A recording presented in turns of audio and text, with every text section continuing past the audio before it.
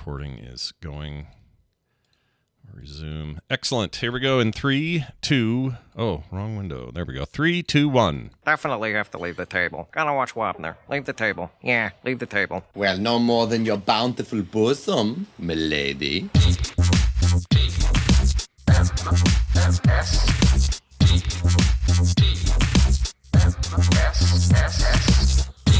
The Morning Stream. This car smells weird.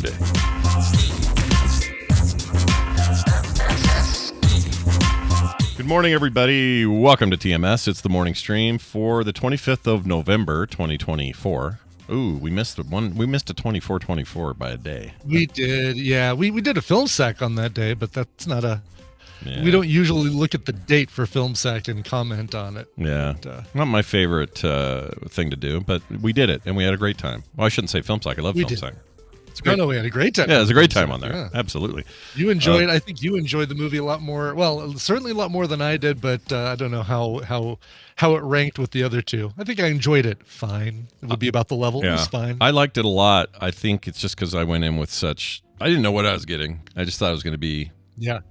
sort of by the numbers. And in some ways it was, but it also surprised me in some ways. And then also got weird with which story I was supposed to follow. That was weird. Anyway. Yes. Right. Anyway, that's film sack. So go watch Film Sack. Yeah. Filmsack.com, everybody. What we're talking about. Yeah, let us know what you think. All right, we're going to get right into it today. It's a Monday. We're starting a brand new week, and I went and saw Gladiator over the weekend.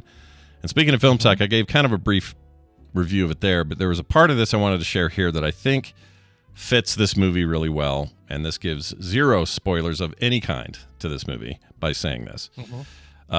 We saw it in a theater, very busy theater that was about half full of people going to see Gladiator 2, and then the other half were all seeing Wicked, and there was just a cacophony of people in pink dresses and Wicked Witch costumes and all this kind of stuff, and then regular people going to see Gladiator with no cosplay. Nobody in Gladiator costumes. Well, that's good. No, Probably I mean, really I was good. kind of hoping somebody did, but nobody did. It was disappointing.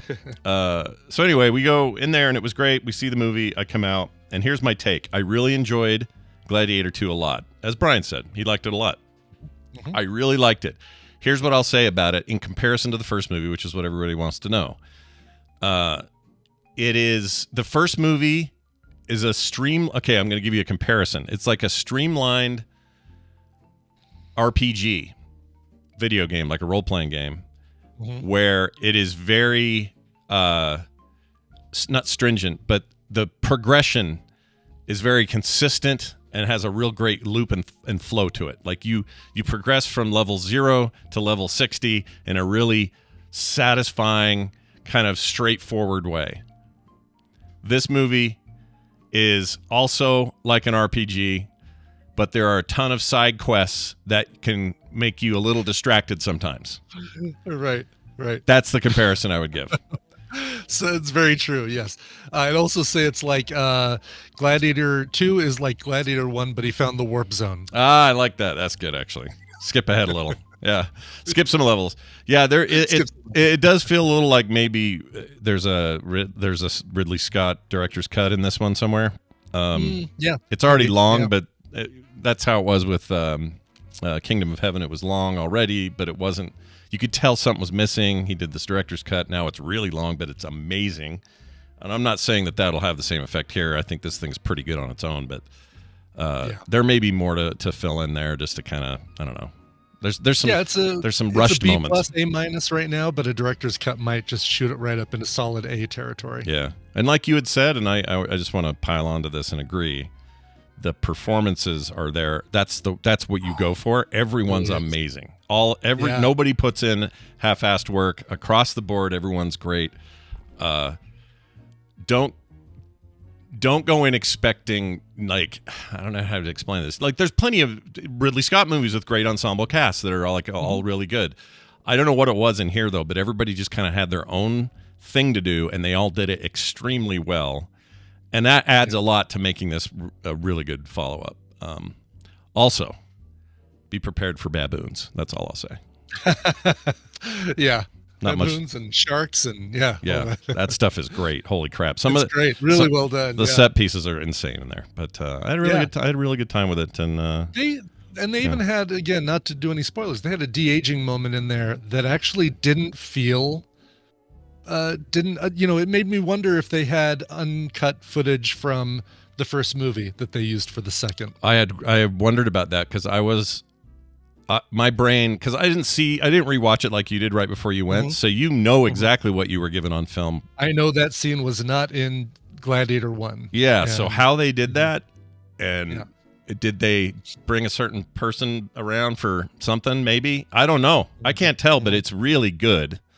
And also, let's just say there's characters who, to show something in the past, they have to kind of look like someone who's much older than they would be when they filmed the first movie, and they somehow pulled that off.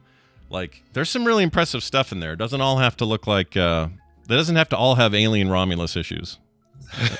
That's right. And if you've seen that, you know what we're talking about. So if you know, you know. Yep. But exactly. Queen, what's her name from Wonder Woman's mom? I can't think of her name. Nielsen. Connie Nielsen puts in such a great performance. She's great. And it also is just further proof that Pedro Pascal, as much as we're a little saturated with him right now, he's in everything. He's all around us. You can't avoid him. The dude is so good and just melts into roles to the point that you no longer go, oh, another Pedro Pascal role. Instead, you're just like, damn it, that guy's just killing it here. He's so For good. Sure. Yeah. Anyway, and if you want to see Denzel Washington in the wackiest thing I've seen him do in a long time, you got to go. Really is, yeah. You got to go see it. Anyway, so Brian, you on the other hand, way ahead of the curve. You've seen Gladiator already, but then you moved right into Wicked. How was that? I did. I thought, maybe if I don't put the name in there, you won't even say the name and I can get to do it. Oh, I still did it, didn't I? Brian saw Wicked. Sorry, everybody. I just got to be vague and say, Brian, you did something, right? I'll be better at that. What I don't care about. I don't care about that, Scott. All right. But I did see Wicked. We went last night, and I thought, all right, Sunday night. I think it's. I wonder if kids are they fully out of school this week, or usually we just got a 4-day weekend. We just got Thursday, Friday, Saturday, Sunday. We never had the full week. If the kids are getting a full week, I demand a refund because. Yeah, so it was Sunday night, school night, and still a completely packed theater to see Wicked last night at 6. And this is not a short movie, folks. This is a 2.5-hour movie, and it's just part 1. So be prepared that, if you're taking kids, make sure that they're good to sit through the whole thing, or at least make it halfway through without a pee break and then go back to it. But did they do this like Endgame where they didn't tell you it was a 2-parter until you get to the movie and then it's like, oh crap, it's a 2-parter? Like, how did they? Because I didn't know. I didn't know until yesterday when I asked my Echo Show device, how long is Wicked? And it said, Wicked Part 1 is 2 hours and 20 minutes. Wow. Wait, what? Or 2 hours and 40 minutes. Sorry, 2 hours and 40 minutes. What? Really? It's part 1? Come on now. Yeah. So I don't know if they have mentioned it. I don't remember seeing that in the trailer saying, Wicked Part 1, Part 2 is coming out next year. But yeah, and I haven't followed any like appearances on talk shows and stuff. Maybe they've been saying it. I just missed it. Maybe they have. Yeah. But in any case, boy, we as much as I like Gladiator, Wicked won the weekend for us. We both loved it, and we were at least, if not out loud, in our heads singing the songs the whole rest of the way home, and a little bit in our heads as we were trying to sleep. But it is great. And if you've seen the musical, Tina and I saw the musical when it came through Denver, and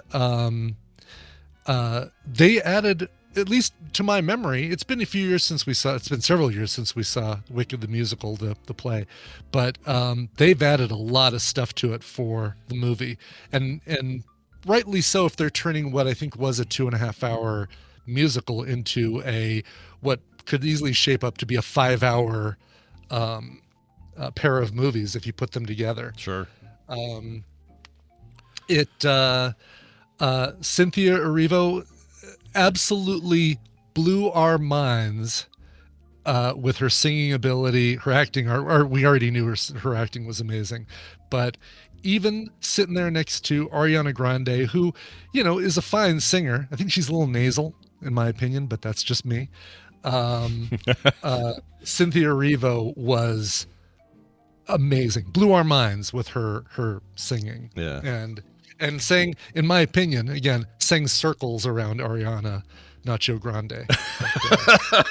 Really? Wow. I hear Nacho Grande is real good at the acting, like the acting. She is. Yeah. And I think it's because this character is probably a little bit like the real Ariana Grande. All right. Again, maybe, this is my opinion. And seeing, we talked about this on Film Sec too. Ariana Grande, amazing on SNL when she's guesting there. Like, her comedy chops are great.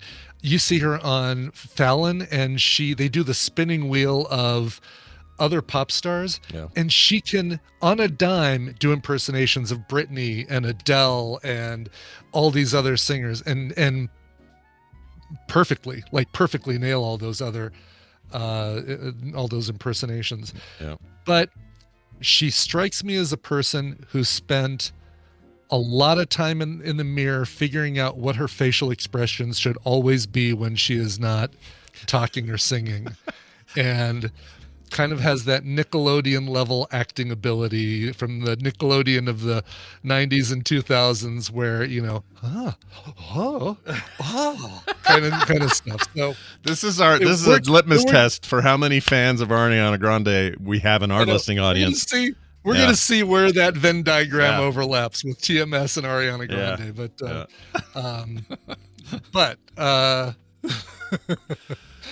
But in any case, absolutely loved it. And this is a go out and see it film. Couple surprises in there. Obviously, I'm not going to spoil them, but that would be, if I do that, I'd be defying NDA.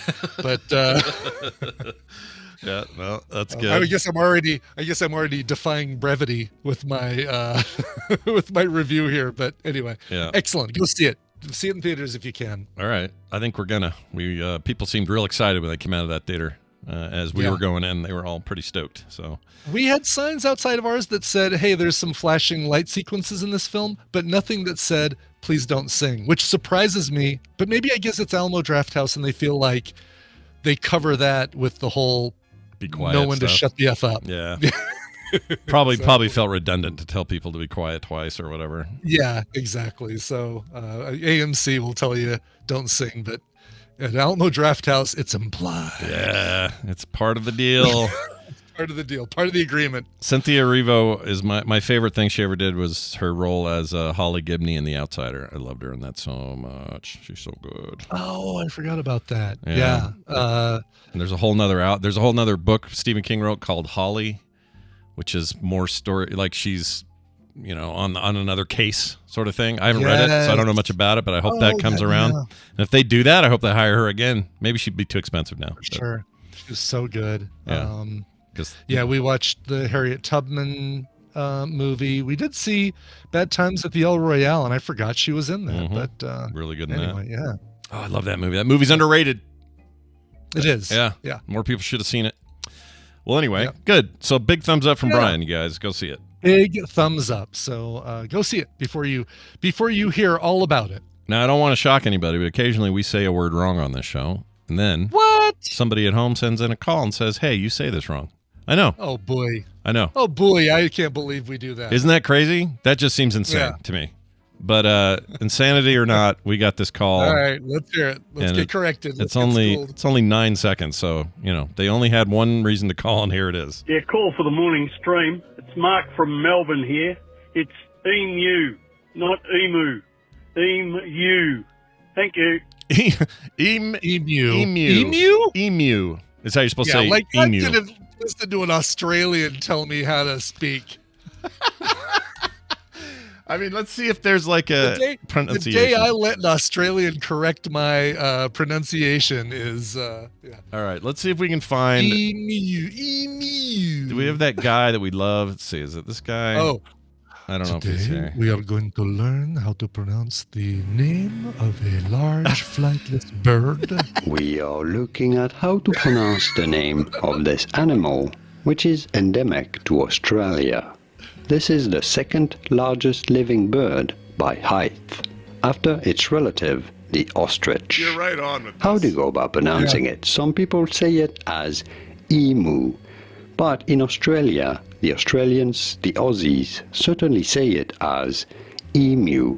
Okay. The emu Okay. bird. Okay, his mouth noises need to be brought under Needs control. to do some Oh, dude. emu. Why is he so close to the... I mean, he's just like eating it. Today, the pronunciation. Also, I'm just going to say this. Maybe this makes me a bigot or something. I don't know what this makes me. Okay. But I need a guy who's going to tell me. me how to pronounce things. I need him to not have one of the thickest accents I've ever heard in my life. Do you know what I mean? Like, Well- I need a more neutral accent. And I know the world's full of accents. I understand that. But find the neutrality wherever it is. It may not be America. It might be Europe. It may be somewhere else. But find me some middle ground thing that isn't. To him, Scott, Let me we tell have a strong you. accent. Well, that's true. He probably, yeah. But that guy, I hope he's fulfilled after eating his entire microphone. That's right. Well, all right. So first of all, when you said it was a 9-second clip telling us how to pronounce something, I immediately knew it wasn't Claire. Second of all, when the fact that the Australians, I like how he clarifies, Yeah. most people, correct and sane people in the world pronounce it emu, but those wacky Yeah. Those crazy Australians. those Aussies. Yeah, you're right, though. We don't. Well, sometimes we get one short like this. Donald Gleason. Sometimes it's short from Claire. That's true. Sometimes we do get a short clarification. Yeah. But, I'm going to try to remember this, it though. I'm goes going to say back to- emu. yeah, Emu? emu. Yeah. All right. So it goes back to my question on, do you pronounce the name of a place in the accent of the people who live there? It came up when Tina and I went to Cairns. I can't even do it right now. Not France, but Australia. Cairns. Cairns. Oh, the one that I would have said Cairns if I saw it. Yeah. Right, exactly. And while we were there, we said, "Oh yeah, no, this is our first time ever in Cairns," and stuff like that. We'd be doing that. But when you go, do you pronounce it Tallahassee when you go there? Yeah, like how do you? That's a good point. If it's said a certain way, do you need to do it in the local dialect / accent? right. Yeah, I don't know. Berkshire. Yeah, we're going to Berkshire. So if you're Australian, you say emu. Emu. Emu. Melbourne, emu. And then we say Melbourne, and we shouldn't. It's just No, Melbourne. Definitely Melbourne. Yeah. Yeah. Hurricane, Utah. Galway. Galway. Hurricane. Yep. Yeah, these are all important things. Frankfurt, yeah. Frankfurt if it's in Kentucky, but Frankfurt if it's in Germany. That's right. Yeah. Versailles if it's in let's see, Versailles if it's in France, Versailles if it's in, is that also Kentucky? Where's Versailles? Is it ever Versailles? Because I think I see that in my head when I see it. No, but if you if 4 hours goes by and you don't get rid of your Versailles, then make sure to call a doctor. It does sound like an ED medicine. Yeah. We have in Colorado, actually in north of Arvada here by about 20 minutes is a place called Louisville, and it takes, my brain has to like really quickly adjust to not go Louisville. Right. Like, oh yeah, no, that's up at the Louisville liquor store. I mean, the Louisville liquor store. Yeah. I know that like where Kim comes from, New Orleans is messed up a lot. People who say New Orleans are just laughed out of town. Right. Oh, for sure. And rightly so. Give me back those beignets and get the F out. Yeah. Is what they say. You can accept New Orleans and you can accept New Orleans. But if you do the Nolans. Orleans, New Orleans is New fine. Orleans, yeah. Yeah, New Orleans. Although, Yeah. you don't, when you go to that Vegas hotel, you don't go, I'm going to the Orleans. I'm going to Thorlands. Yeah, that's terrible. Because you'd have to like even do it as one syllable. Yeah. Thorlands. You have to say the Orleans Yeah. because that's stupid. Yeah, they did screwed up there. They shouldn't have called that thing that. That is the smelliest movie theater I've ever been in, by the way. Oh, at the Orleans. I don't know. Yeah. I don't know what was going on in there. It was musty. Just I felt like I was getting mold That's spores. not where we saw Endgame, is it? No. We saw that in that cool we saw- downtown thing. A really cool downtown theater, yeah. Except for the lights that were so bright when you blink for. That was Infinity War was the theater we went that had those stupid blue lights that That's like right. I love, it's like you figure it out before the next movie theater does it better, and it's like, all right, I'm going to have a light that we can switch on at our thing when we want a popcorn refill or a drink refill. But you pointed away from the people. Yeah, it looks like and all the people behind you. It's like a Cylon convention in there. It totally was. It was just so distracting because they would blink. And you're like, okay, I'm going to focus on this movie, but all these little blue lights are going all over the place. It was terrible. I wanted to snap my fingers and turn half of them off. Oh, only 50% though. Yeah, only 50%. We're going to play a game. Hopefully get more than 50% of our answers correct. We'll see if that happens or not. Oh, we don't have a Dunaway in there yet. Does he knows we're doing this week, right? He's you know. I see him. Oh, there he is. Now he's in. Oh, yeah. I must have looked right when he did it. I refreshed and maybe he was logged in before I refreshed. He needed a refresh. That's the truth. All right, well, let's get him in here. Let's see what we can make out of this and have some fun.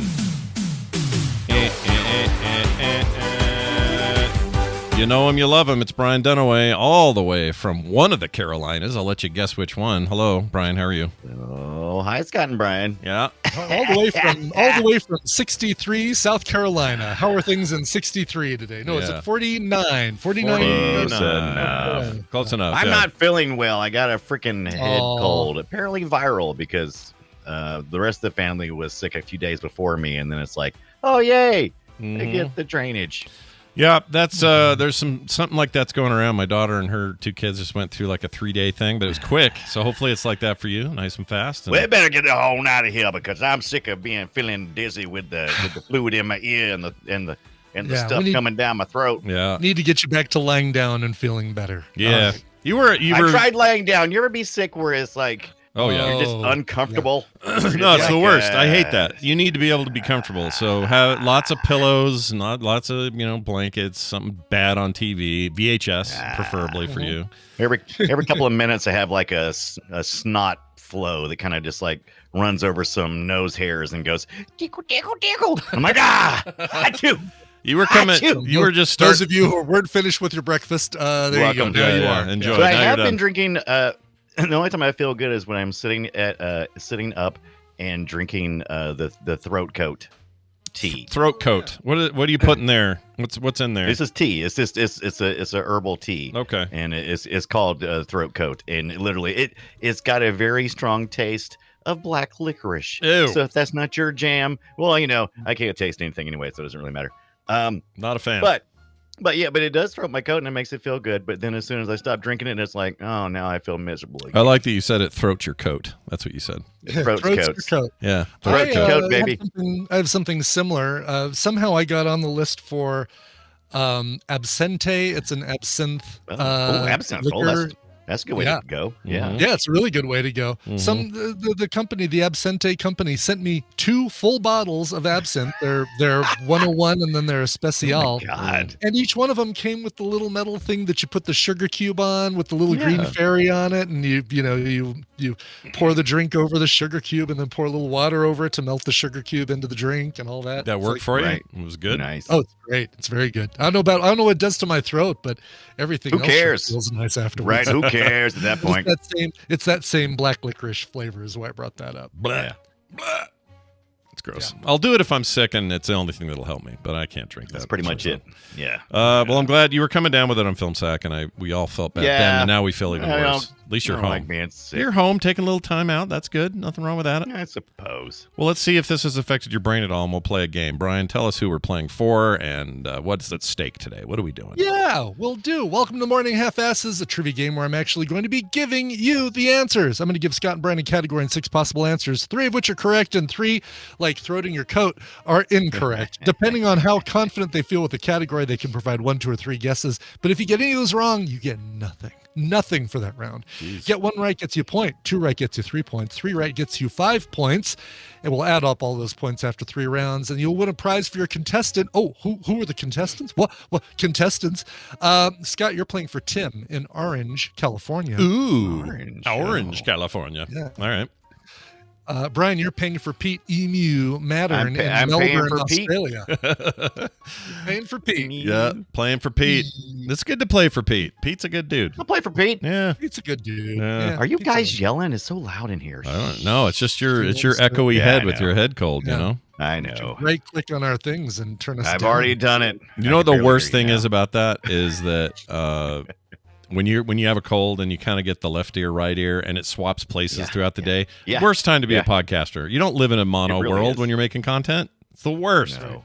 So Sucks. hopefully you feel better by Wednesday when It's you coming. do this again. By Thanksgiving, I'm hoping I'll feel Thanksgiving. Oh yeah, then you can give thanks. That's a good idea. Yeah. Yeah. I'm Thanksgiving-y. thankful for not Sure. being sick Sure.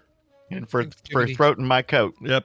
That's right. All right. All right, let's get to the game. We're going food and family today because this is the week that you would do food and Thanksgiving. family, and so I hunted through do the food and the family? questions.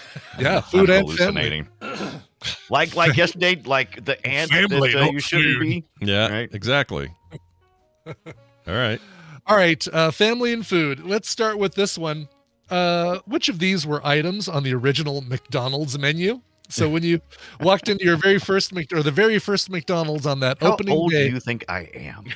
old enough to look. I know that you're hunting for a McRib right now. Here are your choices: the Mighty Big Mac, the Tempting Cheeseburger, Golden McNuggets, Crispy Fish Sandwich, Steaming Hot Coffee, and Triple Thick Shakes. 3 of those things were on the original McDonald's menu. Did you 3 of them were Did not. you see they're selling the McRib sauce by the gallon now? What? Oh, Did isn't you it see just that? barbecue sauce? Or is it special? It's special, baby. No. Really? There's Okay. nothing It's special special. about that. Special in what? That it's gross and too sweet and all that? That's what makes it Gross. special. Yeah. Yeah. It's foul. Don't eat it. 2/3 sugar, probably, is what it is. Oh, All right, I you hope guys so. are both. Yeah. You guys are both locked in. You guys both figured out triple thick shakes. Absolutely was on that original menu. Everybody did that. Yep. Brian, you said crispy fish sandwich. And now that I Scott, think about it, well, they don't serve fish in the beginning, but it was just No, it seemed they- very local, and colloquial. Go ahead. they didn't. Scott, you said tempting cheeseburger and steaming hot coffee. Congratulations, Scott. You got Yeah. all 3 correct. Way You know to go, why? Scott! You beat the sick guy. Let me tell you why. Congratulations. Let me- Feel good? Let me tell you why I think these. This was a guess, but it was a guess based Right. on a voice in my head going, "What would in the 50s the Yeah. voice of these advertisements be? It's a tempting Yeah. cheeseburger, steaming hot coffee, and a Sure. triple thick shake." Like those make sense to me. The rest of these didn't sound like something you'd say in the 50s. And Right. my new McNuggets were way later, so that helped. But Yeah, Yeah, Nuggets we knew couldn't be McNuggets there. came out when we were kids going to McDonald's in the 80s. and Yeah. yeah, Big I Mac I should've think thought of that. is Big Mac's like 70s or something when that happened. I think. Yeah, it is. It was. Yeah. So, And the styrofoam Yeah. containers. So let me tell you something. Let me answer your question, Dunaway. I feel great Yeah. about getting them all right. No, I didn't say you feel good about getting your answers. No, I said you feel good about beating the sick guy. Oh, yes. The answer is also yes. You Oh, can there you just go. move that Oh, yes right being up the line. Sick guy. Jeez. That's All right. bad. Let's move over to family. You're really and throating my coat right now, buddy. we when you get together with your family and you all gather around the TV to watch Jerry Springer. Which of these are Jerry Springer episode titles? Pregnant Gals and a Mime. My Baby Daddy is a Mommy Now. I'm here to marry my stepmom. I'm happy I cut off my legs. Oops, I joined the clan. And Voodoo Curse Midgets. Sweet. That last one is I want to vote for it just out of spite. I love it. Yeah.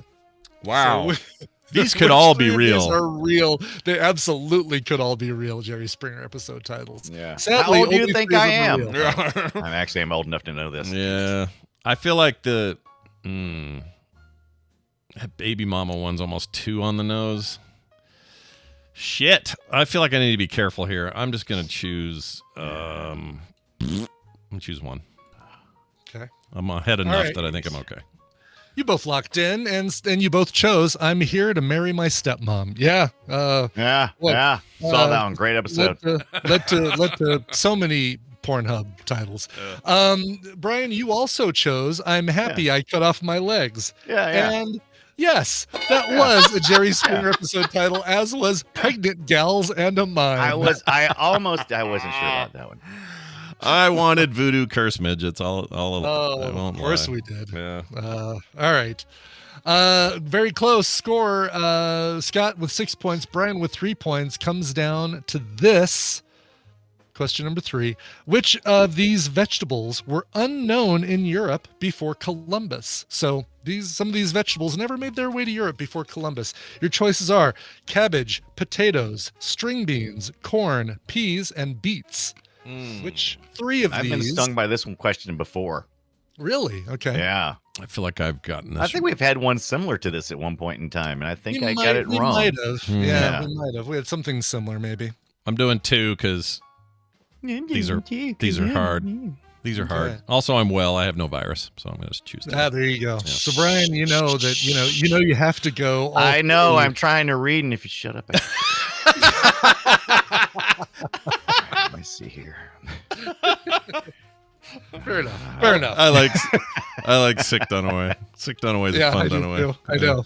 Damn it! That just seems to get you keep you sick all the time. Right. Oh Jesus! This. Why can't I? Oh, sorry, I clicked it. Okay, I'm trying to click 4. No wonder. Boom. There. Yeah, that's a sick guy. Okay, thing to do. locked in. All right, you guys both picked potatoes. Yeah, potatoes made it to Europe in the 1500s. I remember getting yelled at even after. about that Yeah, we did. Right, because we assumed, Ireland always had potatoes. Yeah. Brian, you also said string beans. Right. String beans were introduced. Like Columbus actually brought string beans to Europe after visiting the Caribbean, I think. Oh, okay. So very good. I didn't know that. He's like, what the crap are these? Look at these. Yeah. Look at them. Yeah. Exactly. And then finally, you both chose beets.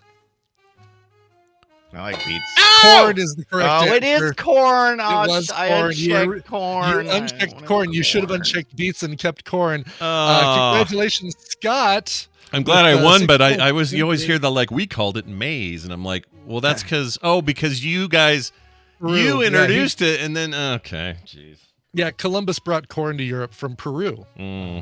Oddly enough. Yeah. So I thought for some reason I was thinking I put corn last time we did this, and I got corn and potatoes wrong, but I guess I just got potatoes wrong. you just got potatoes wrong the last time we did this. We had a different question, but it might have had similar answers. But potato, I know potato has come up before in this discussion. Yeah. So who got prizes? Congratulations, Scott, and by proxy, congratulations, Tim in Orange, California. You're going to be getting a copy. Finally, we're giving it away. Infraspace and You Suck at Parking, the complete edition. Yeah. Every parking lot is unlocked in the You Suck at Parking complete edition. Everyone who missed out on that one truly missed out. That game is fantastic. You're gonna love it. Right. Yeah. Right. Tim, I looked up online and it said that he got it from Peru, that he got that he did pick up corn from Peru and took it to So we really should be celebrating Columbus's his ability to spread vegetables across the world. guess so, yeah. If we want to have a That's really- Columbus Day, we could, we can forget about the other things and just go, hey, well, what about the vegetables? Yeah, Vegetable Day. Exactly. Let's do it. Columbus yeah, Vegetable Vegetable Day. Day. I'm in. But Pete, don't let me not forget to say that Pete Mattern in Melbourne, Australia, you are getting a copy of Jusant, Jusant. Better for your game. troubles, for all your hard work in sending in an email. Well done.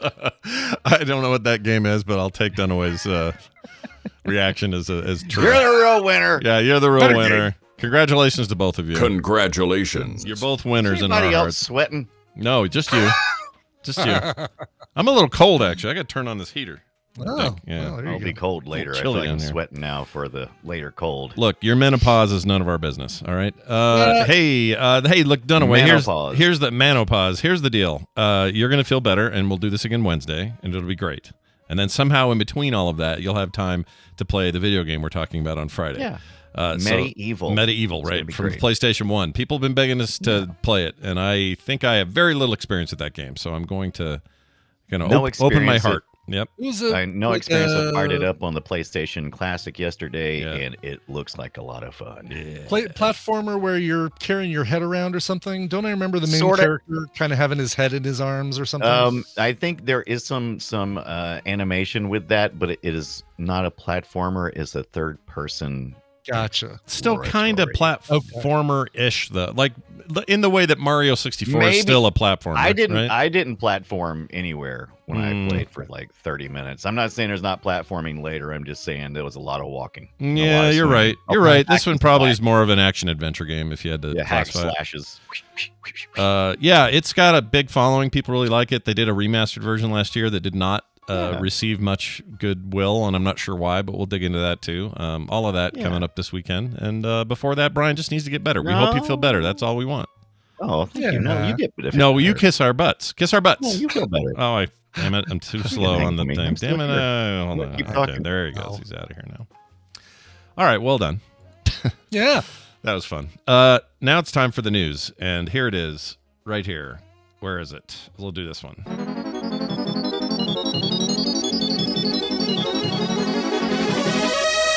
It's time for the news, brought to you by...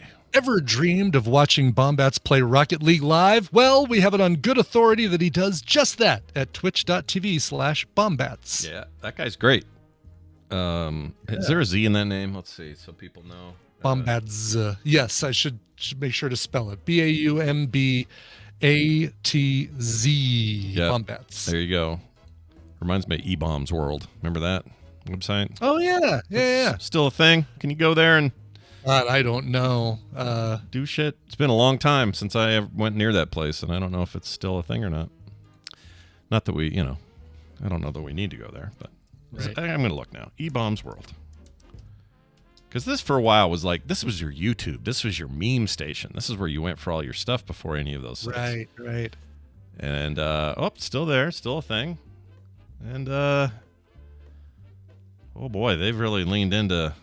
These people are sure ugly. Really? Yeah. It's a lot of like jokey posts about weird looking people. Was it always that? I don't know. Maybe it was. I don't remember that being, Very strange. All right. We are going to do some news here. Check this out. There was a dog sitter. This is pretty gnarly, this story. Yeah. A dog sitter films explicit OnlyFans content in her clients' homes, raising privacy concerns.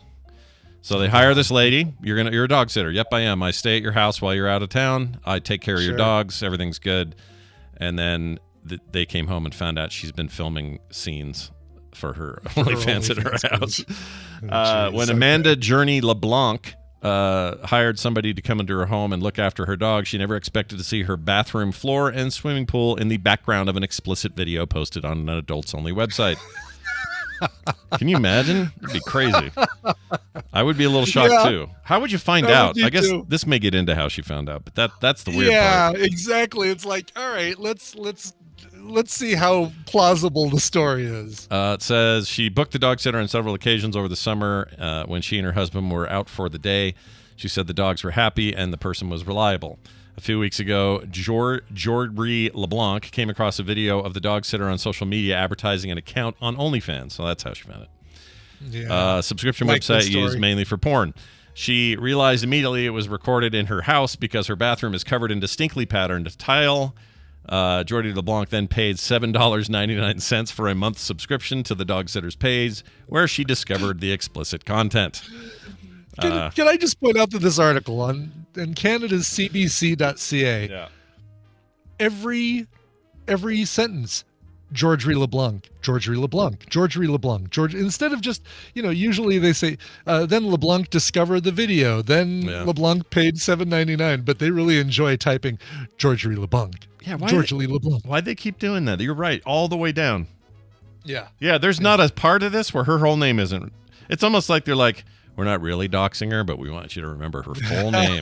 Just remember, it's a fun name to type. Georgery LeBlanc. She says that she's not a prude. In fact, was quoted as saying, anyone can do whatever they want. I don't care. People have to make money. She says, but, quote, I don't want it done in my home. Well, I agree, dude. Don't film your OnlyFans bullshit in my house while you were supposed to be watching my dog. Like, that seems like a breach. It is. Yeah. Not cool. Yeah. Not cool at all. And you know what? It's not cool if you used it for anything that wasn't tied to you watching my dogs. If it wasn't explicitly about the dogs, I don't care if you filmed, if Brian, if I didn't know Brian and he's like, I'm going to build that Millennium Falcon Lego project in your basement every day and not tell you. No. Yeah. I mean, I'd let him because I know him, but if I didn't know him, I wouldn't. Right. Oh, really? That's like doing a YouTube video where I build a Lego Millennium Falcon. You'd have an issue with that? If I knew you, I wouldn't. But and I know you now, if you said, hey, Scott, I'm going to be doing this, that's fine. But if I didn't know who you were and you were supposed to watch my dogs, but you did this other stuff in the basement, I'd be pissed. So, all right. So let's say, so it doesn't even seem like it's a video. The video is the issue for you. It's doing stuff that you wouldn't. So if I come over and watch your dog's outside running around the backyard, pooping. While they're doing that, I pull out a New York Times and I start doing the crossword puzzle. That's not a problem. That's not an issue. Okay. But if you were like if I was videoing myself on YouTube doing the crossword puzzle. Well, that would also be weird, but I probably wouldn't have that big a deal with that. Figure out where the line is, but if I bring over some Legos and put them together while your dog is pooping in the backyard, I guess maybe it's not as good of an example because Legos can be small, right? I think it's doing something. I mean, I think it just comes right down to doing something explicit or. This isn't illegal, but it's obviously it's explicit and it's frowned upon. But you wouldn't want me coming over and snorting up, doing a bump of cocaine while I'm in your house. Yeah, I guess while you're pooping. Yeah, exactly. Or okay, a better example is this: if you had an account that was, I don't know, I'm trying to think, like a cooking show that you do cooking on YouTube. Yeah. And you come to do dog sitting. But while I'm gone, you just raid the kitchen for ingredients and do one of your cooking episodes and set up cameras and do your whole thing. That would annoy me. If I brought over my own ingredients though, would it? It still would, because it'd be a thing I'd expect you to ask about or mention. Yeah. That hey, by the way, I'll be filming my YouTube thing here, which already sounds ridiculous. Who would do this as a dog watcher? Yeah, exactly. Why aren't you doing it in your own house? Yeah. That's just weird. Like that's where I'm trying to figure out where the line is. Is the line doing something? It really just comes down to, boy, it's really just a levels thing. Because again, if I was doing a crossword puzzle or bringing over a small box of Legos and putting that together while I sit outside and watch your dogs poop, not a big deal. Mm-hmm. But there is a level that jumps, even if it's fully dressed, making a pot of chili in your kitchen and I bring over all my ingredients, that does feel like it does cross the line. I can't figure out how to describe what the line is that's been crossed. It's probably the filming part. Like that's the line for me. Because even if you're just making selfies in the living room. So if I brought over, and I wasn't filming it, but I brought over my ingredients to make a pot of chili while I was watching your dogs. Oh, that's fine. That wouldn't bother me because you're just cooking food. So that's where the line is. Yeah, the line is you're filming it and without permission. And so you're walking around with a camera doing selfies and you're getting pictures I have on the wall, other personal items in the house, whatever. Like you just didn't have, it just feels like a violation to be doing that. Yeah. Yeah. Well, yeah, it makes sense because, without OnlyFans, she's just peeing in the bathroom. Without the cameras, it's just what you normally do in the bathroom anyway. Well, except for this bit where she says, "Oh, was there? What was?" Well, let me tell you, this lady, if you didn't get it the first time, she didn't involve the dog, I hope. No, none of that. Okay, good. But Jordy LeBlanc, full name, said she was astounded to find videos of the dog sitter M-baiting in her bathroom. Oh. And then posing nude out by the pool. So. Oh, okay. Yeah, if it's just taking a pee, who cares? Well, some people are into it, I guess, but I don't know. Yep. I would hate this. I would be mad. Make sure to put that in your request to sit for the dog. Yeah. By the way, would you mind? Would it be okay? Really? Would you mind asking your husband, because he's a subscriber, and you just ask him if it's cool. Yeah, Mr. Gerald LeBlanc told me it was fine if I did this. Dang, I didn't realize that the side of your bath is like the perfect height. But maybe clean it a little more. Anyway, thanks for letting me watch your dogs. I will now. Yeah. Oh yeah. I'm clearing the house out and having Walter White over with the fog machine. Fumigating that business, yeah. Here's another story. A villager's son. Yes, there are still villages. A villager. Yep. I assume you could do, like, there are places in England you could call it a village still, right? Yeah. Oh, for sure. It just always throws me. It always feels so old school. A villager. The village. It says villagesnews.com. There's really a site. Yep. Villagesnews. So only news from villages. Yep. Only fans of villages. Onlyfans.villager.com. A villager's son sentenced for jiggling his genitals at a hospital. I don't know why this is such a big deal, but we'll find out. A villager's son has been sentenced for jiggling, this is their quote, his genitalia at the entrance of the this is part of the problem, is at the entrance of the UF Health, the Villages Hospital, it's called. UF Health the Villages Hospital. It's a weird place for the Villages in Florida. It's a place called the Villages, by the way. I just found out. Okay, so it's like it's like Del Boca Vista Phase 2 kind of place. Right, exactly. It's like, exactly. Oh, where do you live? We live in the Villages. I get it. Darren Malinsky, age 52, pled no contest this week to Sumter County Court to a charge of exposure of his sexual organs. He was sentenced to 19 days in jail with credit for 19 days already served, placed on probation for 11 months in order to perform 20 hours of community service. He had been discharged from the hospital, but was also wearing his gown when he was standing at the entrance at about 6:30 a.m. Oh, geez. On January 26, according to the arrest report from the Sumter County Sheriff's Office, he lifted his gown, showed his penis and testicles, and was asking passerbys to check out, quote, his balls. He was seeking opinions as to whether they appeared to be swollen. A woman who was visiting the hospital was among those who Malinsky exposed himself, according to the report. Some of the witnesses interviewed by the deputy said Malinsky, who stands 5'7" tall and weighs 230 pounds, was jiggling his genitals when he lifted the gown. I don't know what people do. Why do you think people do this? What do you think? I don't want to just say, I don't like blanket like mental illness across the board, right? Sometimes people are just freaking off they're just, I don't know what's going on. Why would you ever do that? We have a family member who does in-home health visits for clients, medical in-home health visits, and they have a client that is a like a exhibitionist. So she will show up to the house and he will have a robe and nothing on underneath it and be sitting in the chair like, yeah, look at this kind of thing. And he's an older guy, right? He's an older guy. Yep. So, exactly. And he may be in a mental state where this is just who he is now, right? He just was really proud of his junk and wants the world to see it. Yep. So I don't know if I've told the story before, but when Taylor was a year and a half old, very young, maybe 2, she was on my shoulders, and the reason that's important is because I just remember her. She would hold my ears, but not tight when we would do this. She would just kind of loosely have my ears cupped. That's how she held on.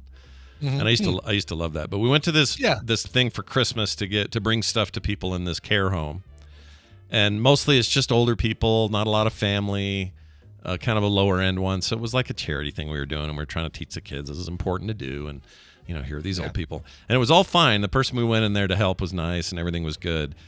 But then we hear down the hallway, we hear this, "You took my pen!" Like someone yelling. Her hands, this is the part I remember so vividly, her little 2-year-old hands just started to squeeze my ears because she tensed up, right? Because she was like, what is this? Oh, geez, yeah. She's only 2. She doesn't know what's going on. Fight or flight, like basically like, what's going on? Yep. And then what we ended up being witness to was this woman who was screaming about her pen in the hall, and it got worse and got closer. You could hear her going, "My effing pen! You took my effing pen!" She was cussing, and she comes into the room that we're in, and it would have been okay if she was just screaming about a pen, probably, but she was also topless. And probably 75 to 80, something there. Yeah, okay. And just whipping around with, letting gravity do its business and just going, "My pen! With those things. My pen!" And she was like, "They took my effing pen. They did it again. I'm never going to see that pen again." She's just screaming about this pen. And Taylor's hands just tighter and tighter on my ears, and I had to take her off and hold her and get the F out of there. But that was quite the experience. It can happen. Yeah. All right, we're going to take a break. When we come back, science with Bobby, Frankenberger. Science. So sit still, relax, put your hands in your lap, and wait for the science as we play a song. Brian, what are we playing? One of my favorite pieces of trivia is that guy that you play every time Bobby comes on, the guy who recorded the spoken parts for "She Blinded Me with Science" by Thomas Dolby, is a doctor Angus Pike. I think it was if it wasn't the guy in the audio, it's the guy in the video. I think it's both. I think Angus Pike is the name of the guy who she blinded me with science. I always assumed it was Thomas Dolby doing the voice. I had no idea. No, it's All right. Angus Pike. Wow. But that's not who I'm playing now. I'm playing a guy named Bobby Halverson. Bobby Halverson's promo image that I've got, it's great. It's just him sitting on the couch playing Sega or something, or he's playing something with a black controller. So it might be a newer Xbox, but it's great. Listen, if you're a fan of Sparkle Horse or the Delgados or Doves, you're going to like this. This guy's from Sacramento, California. He's got a brand new single called Jumpstart. Here is Bobby Halverson. They don't look tough enough to me to stomp a stringy jackrabbit. It's a fine barn, but sure 'tis no pool English.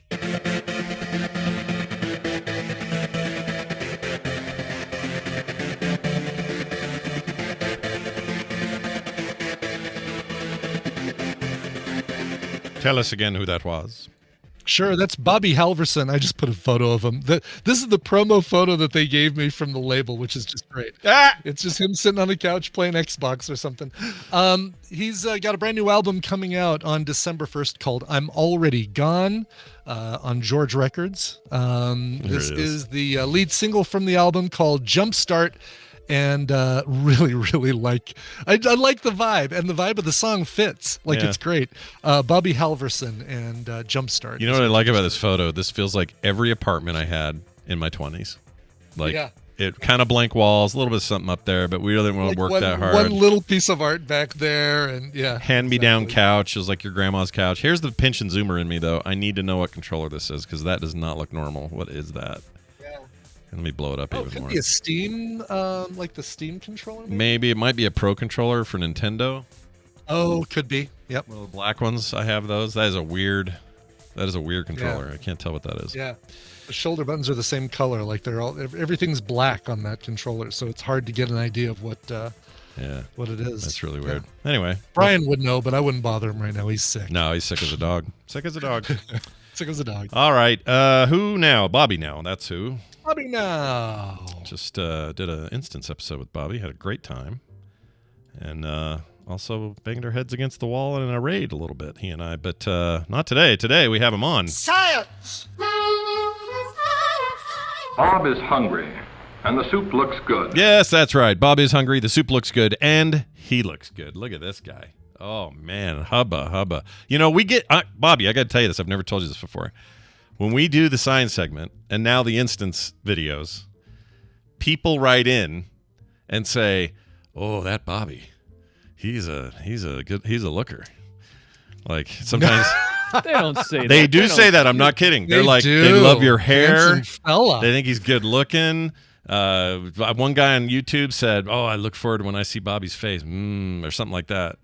So I'm just saying, you got a real riz going. Your riz is big. Ooh, nice riz. Yeah. I like to see what you did there. Hey, and A plus use of Gen Alpha slang. Well, I'm working on it. You know, I want the kids to relate. You know, That's right.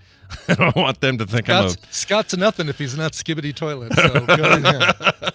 Wait, that makes me know terrible. What? I've heard that the number one way to get people in the middle-aged people to relate with young people is to use the slang that they use. Really? That is always going to work. They're always never going to works out really well. Yeah. They're never going to think that that's cringe, or what is it? Ohio, right? Or Skibbity Toilet. Skibbity Toilet's supposed to be a bad thing, right? It's supposed to be like. Oh, is it really? I don't know. Well, Skibbity Toilet is the.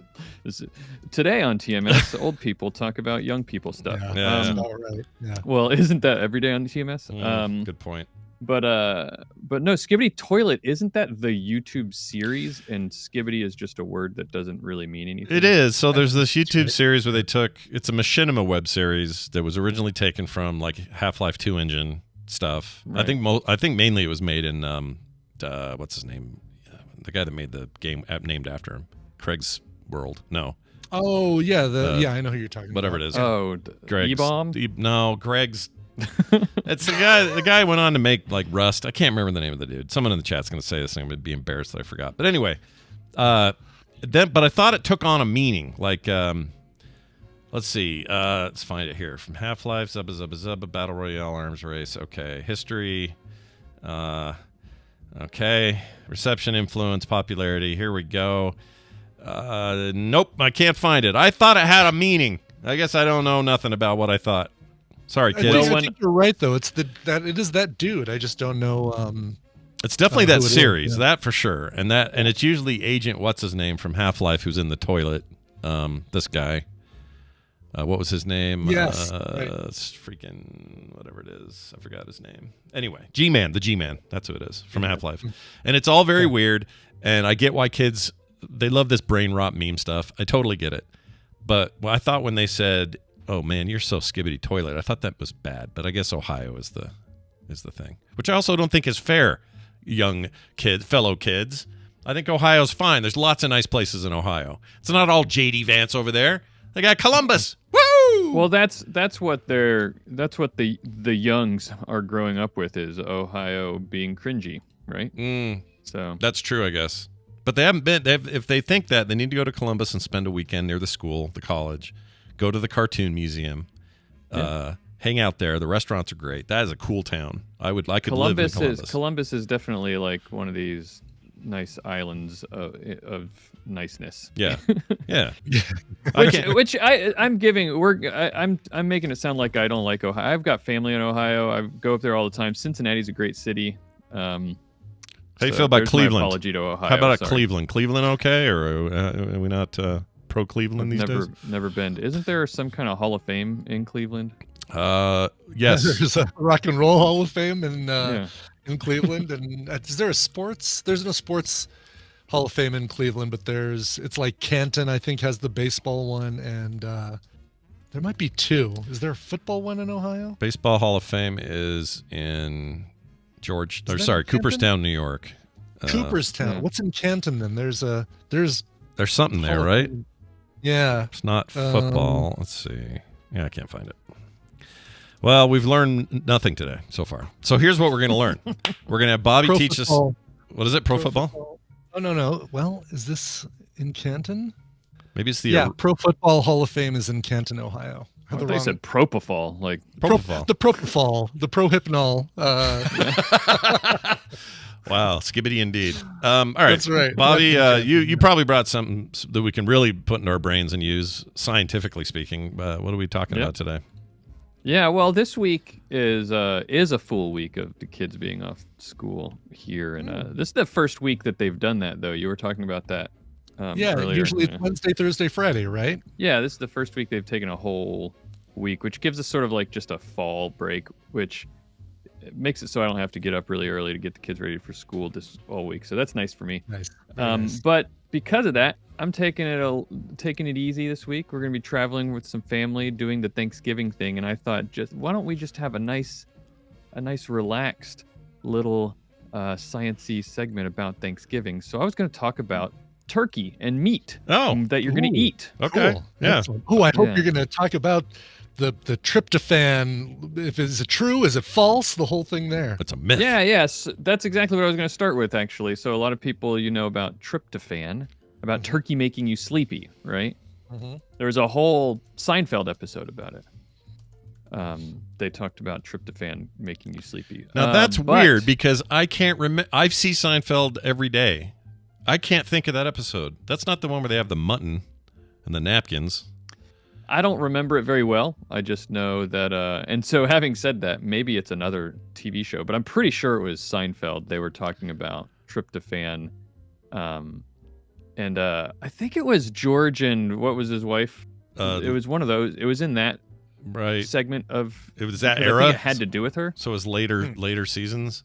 Yeah. I remember one where they're at Thanksgiving with somebody's grandma, and they talk about the pony, and Jerry's like, ponies are stupid, basically. And she says, I had pony. My mother had pony. We love ponies or whatever.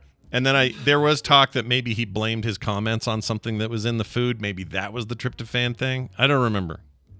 Anyway, we got people saying it was the toys episode, playing with girlfriend's toys. Oh, he would go to this. He was dating somebody who had a bunch of really awesome action figures, and he just wanted to play with them, and she wouldn't let him. Yeah. Right. So he got them to pass out so he could play with the toys. Yeah. That's it. It was the whole plan, and turkey had tryptophan in it, so you need to have a big turkey meal so that she could go to sleep and you could play with the toys. Brian nailed it. That's exactly what it was. I forgot about the turkey part. I just remember the action figures. But anyway, that's right.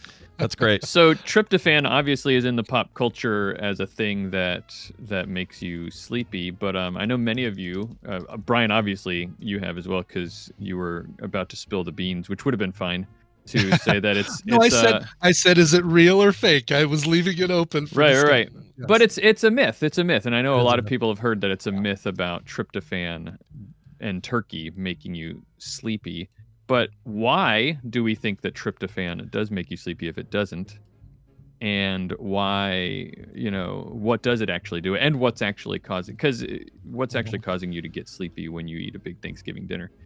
I have a theory. Can I share my theory, and then you can tell me if I'm totally wrong? Of course. So I don't think tryptophan is it, because I've read enough about it to know that it isn't. But I think what happens is twofold. One is there is a lot of stress. At least especially if you're hosting, but there's a lot of stress that sort of leads up to the event. There's preparation, there's cooking that turkey in advance, there's making sure there's plenty for however many people are coming. There's people whose schedules got changed and they're like, oh shoot, they're not coming now. Like there's all of that going on. So when you finally sit down and you finally eat, and you combine that with, well, now I'm full, I'm satiated, I've eaten too much, I can't have any more mashed potatoes. That's just a normal meal where you're just like, oh, I got to go sit down somewhere.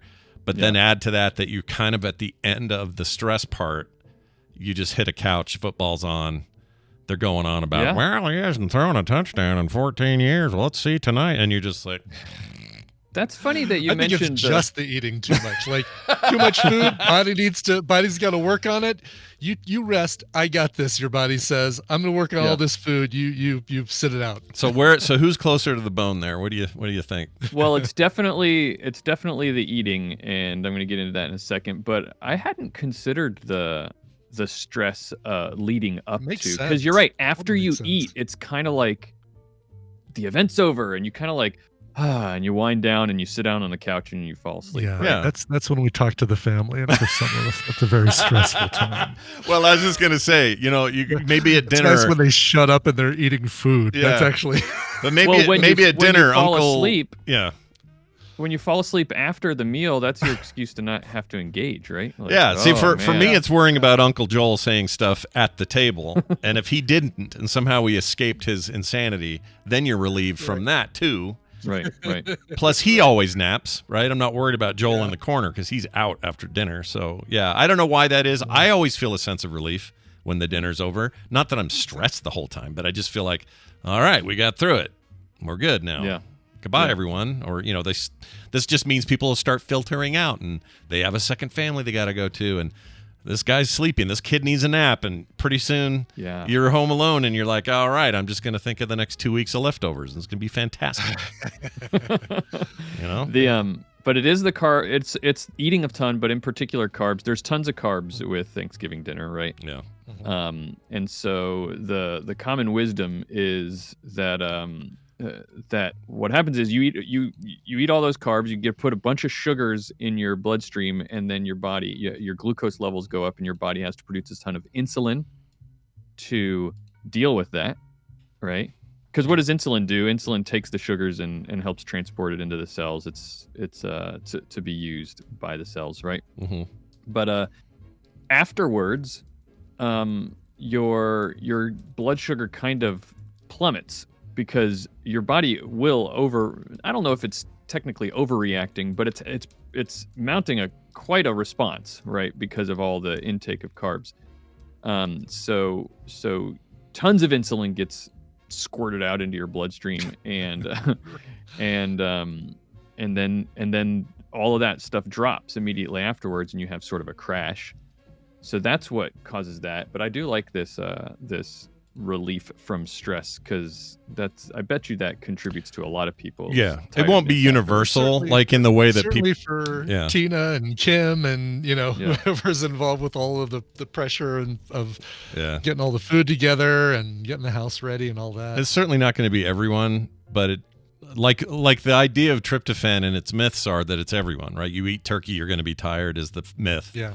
But But unlike where does that, the myth come from? Have you ever thought about that? I don't why? know. I just assume people went, "Oh, I'm so tired after it must be in this turkey." Bam, it's stuck, and everybody said it. It's my guess. So tryptophan is an amino acid, and amino acids are the building blocks of proteins. You put amino acids together in different like Lego chunks and different combinations, and you get different proteins that all do different things. But tryptophan doesn't have anything directly to do with sleep, but melatonin does. And tryptophan is part of a chain that gets turned into. So tryptophan goes through a couple of steps and then gets converted by turned by your body into serotonin, and then serotonin is then turned into melatonin, and melatonin doesn't directly cause you to be sleepy, but kind of like, people take melatonin to help them sleep, but it's not that melatonin is making you sleep. What it's doing is it's a hormone that tells your body, it regulates your circadian rhythm. It tells your body, hey, it's time to, start calming down, downregulate a lot of the daytime processes in your body, like digestion and other like just things that I've heard. I read it one time described to like either putting on a dimmer switch for your body or melatonin will I don't know. It's like singing your body a lullaby, saying trying to help ease you into the time when you're supposed to be sleeping. Gotcha. But tryptophan is part of that chain of leading up to making melatonin, and so I think that's where that started. People thinking, oh, tryptophan leads to melatonin, so it must cause drowsiness. But like turkey doesn't have a particularly high amount of tryptophan in it in the first place. It's pork has more tryptophan than turkey. Oh, I've never heard that. That's cool. I didn't know that. Yeah. I mean, I don't know what difference it would have made. Soybeans have like double the tryptophan than turkey. Like all kinds of foods have tryptophan in it. It's not unique to turkey. Yeah. Parmesan cheese has tryptophan in it. Really crazy. Okay. I'm pretty but tired. But if you put after, Parmesan cheese on top of your carbo-loaded spaghetti, then there you go. Yeah. Or you have some Parmesan crusted soybeans. You're going to be out like. The thing is, you got to rewrite the Seinfeld and Parmesan. Yeah, right. Well, so you never hear people with that myth in the regular part of the year going, "Oh, that turkey sandwich really put me to sleep." They only talk about it in context with family get-togethers, celebrations like Thanksgiving, or depending on where you live, perhaps it's different. But that's probably contributes to this, right? Because if we were eating turkey every day, it was like the mainstay meat. Everyone ate it all the time, the way we do beef, like hamburgers and stuff. If it was just turkey all the time, I don't know if it would ever have taken hold, because it just wouldn't hold water. You'd just be like, well, yeah. Yeah, I think you're totally right about that. The science behind tryptophan leading to melatonin, combined with the fact that we tend to eat turkey. As a culture here in the U.S., we tend to eat turkey around big feasting events, Yeah. So I think you're totally right about that. But yeah, tryptophan does not. Turkey doesn't make you sleepy. The other thing I have about turkey is white meat versus dark meat. You know the difference? Just that I prefer one over the other, but I know you. I mean, you know the difference, like what it is. One's light meat, one's dark meat, and that you to be tend leaner, obviously, but yeah. White meat is less fatty, than dark meat. But why does it even exist in the first place? Why does a turkey or a chicken? Those are muscles that get used more often make the dark meat, like leg muscles and stuff. Yeah. The fact that they're in use more makes them dark. So if you have a particularly athletic turkey, does that mean that it's like all white? I want a turkey that did not skip leg day is what I want. Yeah. I mean, I like dark meat a lot because it's got more flavor because of the more fat and everything. But I get why that would be. You don't want a turkey that works out too hard, because then you're going to get all white meat, I guess. Well, it's a little bit more complicated than that. It's a little bit more complicated than that. So it's the white meat versus the dark meat have to do with fast twitch versus slow twitch muscle fibers. So fast twitch muscle fibers are in the white meat, That's a muscle fiber that is used for like sudden, quick movements. It's an anaerobic energy. It uses an anaerobic energy source, so it doesn't need oxygen to do it. But it's also a less efficient way to do it. So the energy currency in your body is ATP. I won't go into details about it all, but just know that the fast twitch muscles, the white meat muscles, they use anaerobic energy production sources, and that produces 2 ATP. So you can think about it like 2 energy per glucose molecule. Okay. But slow twitch muscles use aerobic energy sources, which produce way more, 30 to 38 ATP, 30 to 38 energy units per glucose. Yeah. Just because it uses oxygen. But the slow twitch muscle fibers are kind of like what you were saying, Brian, is that it's used for slower sustained activity. So it's actually not necessarily that it's more athletic, but like maybe it's the turkeys that are marathon runners. They're the ones that are going to be going to have the big beefy dark meat legs. I would watch a turkey do a 10K or whatever. I'd watch that. Yeah. Sure. Yeah. Whole bunch cook of it them. afterwards. Oh, that great dark meat. Oh, dude. The dark I have meat this is the cartoon darkest image meat. in my head of a turkey wearing like a sweat headband. Where's that from? Do you know what I'm talking about? Yeah, I totally know. It's a cartoon. You've got like and I think even like socks and tennis shoes or something, right? Yeah. What is that? Hold on. Now you've cracked open an egg in my head. Yeah. I'm Googling it. I'm not even going to bother. Thanksgiving headband. Let's see. I can't find anything. Well, you and the reason. So I'll keep going until you find it. Feel free to interrupt. He's like me on when the you find run or something from getting his head cut off because he doesn't want to be a turkey dinner. I mean, right? there's a lot of clip art images that come up when you search for cartoon turkey with a sweatband, but maybe I it's know just that. Maybe it's just that maybe you're because you have a lot of Thanksgiving fun ads. runs.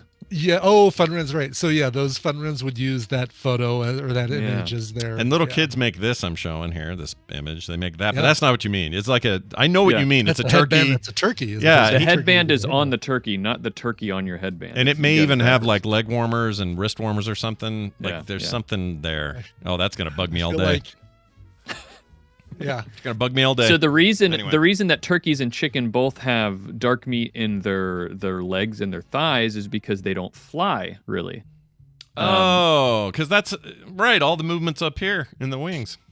Yeah, so they don't need quick, or the only time that they need to use their wings, which are supported by the breast muscles, the only times they need to use those is if they need to quickly get out of danger or move or jump up to something, so that's the fast twitch muscles. So that's the only reason why that happens. And so they just need long-term sustained energy sources in the muscles that they do use to get around, which is their legs. Mm-hmm.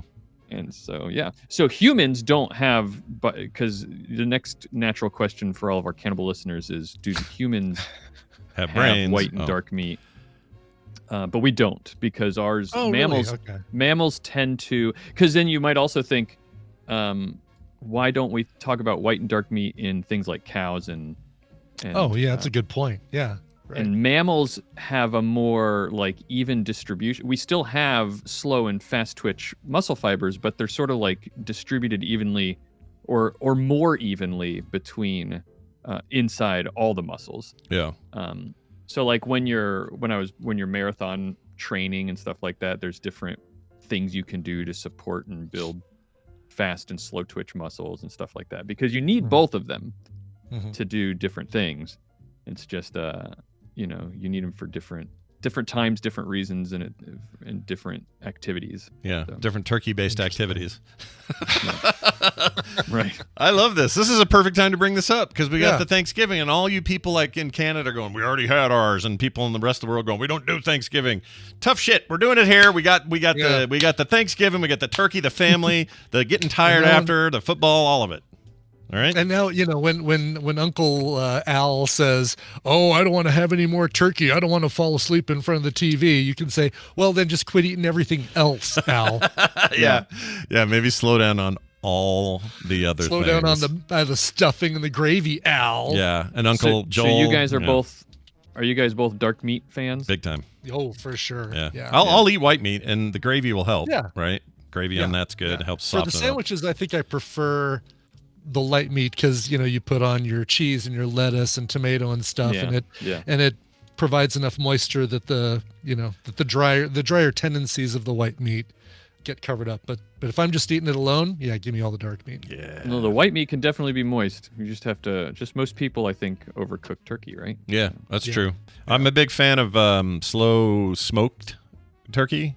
We had a smoked turkey last year. Unbelievable. My father-in-law made it, and that was really good. Yeah. It's somehow that process keeps it juicy, and also you can, just smother it in like Cajun butter or whatever you want to kind of add some. Oh man, I need fusing. to text him as soon as I get done with you guys and say, "Hey, you're smoking the turkey this year, right?" Yeah. Yeah. But if you'd like my family growing up, no one ever did that kind of thing. It was always just the basic kind of cook it in the oven, and it was always dry. Not like, not Christmas Vacation, like kind of dry. But like just not what it could have been. And I always thought, well, that's just how turkey is. And then I had a real proper turkey at one point and went, oh, okay. Yeah. These are real dumb birds too. So to all our vegans and vegetarians out there, at least we're eating a really stupid bird. It's not contributing. And they're anything. mean. Right. They are mean. They're very mean. Mean and stupid. At least wild turkeys are. I mean, all the turkeys that are just farm raised, I'm sure. Yeah. Sorry to them, but wild turkeys are mean. I haven't looked at the chat because I'm afraid. I'm afraid of a couple of our vegan friends because I just know how it'll be in there. So that's tucked away off to the side. Yeah. I don't know what's being said about turkeys or meat or the horrible work we're doing or who's called PETA and when they're knocking at my door. Any of these things. All right. Yeah. Bobby, this is great. I love it. Food-based science. There's that and more happening all the time on All Around Science, your podcast. Tell folks what's coming up on that thing. Well, All Around Science is our weekly podcast where we talk about science. Me and my co-host Maura. She just started a two-part series that we're going to be doing, and it just came out today on the Drake equation, which is a bunch of physicists and mathematicians back in, I think, the 60s or something like that. All of them got together and they asked themselves the question. People were thinking about aliens and intelligent life, right? And they asked themselves the question, I wonder how likely it is that we would ever get that, if aliens exist out there, shouldn't we somehow be receiving signals from them? Because the ideas we're starting to build that the universe is vast and maybe infinite. And so they started to think, if there's like an infinite number of civilizations out there, shouldn't we be being contacted by them, right? Yeah. So physicists and mathematicians said, well, we're not just going to sit and say, shouldn't this be happening? Huh. They said, let's calculate how likely do we think it actually is that we should be, if they exist, that we should be getting contacted by them. And so they sat down and created an equation called the Drake equation that is kind of like a thought experiment of how, if we were to figure out the likelihood that we would ever get contacted by an intelligent civilization, anyone that exists, how likely would that be? And so there's a whole, the equation itself has many different parts and lots of different questions to ask that are really interesting to dig into, and that's what we started this week. So if you're interested in that kind of thing, you should check it out. All Around Science. Drake equation. It's when he's not beefing with the other rapper. Yeah, he's busy working on science. How he was he's a mathematician. That's impressive. Well, that's great. Also, don't forget about our monthly episode of The Instance. We just put one up on Saturday.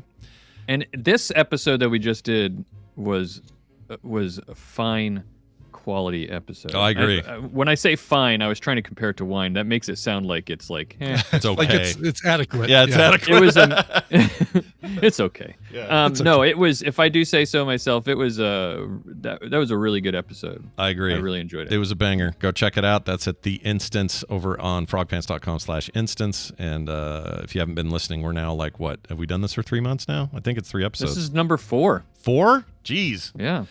We also did, we've been on a bunch of interstitial stuff too. So if you don't have the new feed or you have the old feed, which technically is dead because of multiple hosting changes. Go get the new feed, frogpants.com/instance. Bobby Frankenberger, it's great having you on. Have a happy Thanksgiving. You guys as well. And stay out of trouble. Why won't this let me hang up on you? There we go. Cool. Nice. Nice. Okay, excellent. Well done. It's always fun having him on. Let's get out of here. Before we do, a couple of notes about today. Core is usually on Thursdays, but because of the holiday, we're going to do a Q&A episode today at noon. Now, you might say, well, wait, what about the Monday show? That's usually at noon. That's being pushed today to 4. So we have noon for Core, Monday show at 4. It rhymes. That's how you remember it. Wow, that's how you remember it. Yeah, it's a perfect way to do it. Feel good about that. So go check it out. It's going to be fun. We got a ton of questions that have been just backlogged forever for that show, and we're looking forward to digging into those. We're going to be doing it live. So frogpants.tv for all the live shows today. Brian, anything else you got before we get out? Got nothing else. Oot. Excellent. May your Monday be full of joy, I guess. I don't know what that means. Yours too. Yeah, man. and everyone listening, you know what? Mondays, we all act like they suck. Garfield hates them. Yeah. Whatever. Let's change it. Mondays. We got Dunaway. We got Bobby sometimes. We got Steven Schleicher other times. We got half-asses. I mean, what's wrong with Monday? Yeah, nothing is the answer. Nothing. So enjoy it while you hear this song Brian has prepared. I do. This is dedication time. This came from Zoe and Jackie Hearn.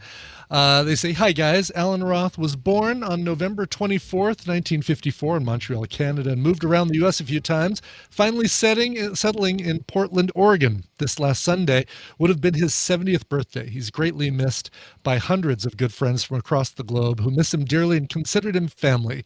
Alan's dear friend Jackie Hearn has done a lot of work going through years of DMs trying to find clues to the perfect song as a dedication, but between us, we're still not sure which song would be best. Would appreciate help with this, please, Brian. Many thanks. Well, I'm happy to help because Alan and I Wabbit Magic and I talked music a lot via emails back when he would attend all of the cover-thons, all the 24-hour cover-thons. Yep. And he would send in requests and tell me what he liked and didn't like. And he was a fan of David Bowie and particularly requested the song for me once, Young Americans by David Bowie. So that is what we're going to play in dedication to Wabbit. He may have been 70, but he was a young American. Yep. I sure felt like it. He young Canadian. Young Canadian. Oh, yeah, American. young Canadian. Canadian-American, Portlandian at the end, I suppose. But he was just a wonderful dude. And we all miss him every day. He was in every chat you opened, every time. Absolutely was. Yeah. Fantastic guy. Let's get to this version right here. It's by Durand Jones and the Indications from a single they released in 2020. Here is Young Americans. Oh, looks like someone just got their ears caught in the audio cookie jar. It's okay. You can have another and another after that at frogpants.com. We've heard enough about Blizz Blaz and Him Ham already. Get to the bloody point. Oh, such a good episode of that show. I am really enjoying my watch through.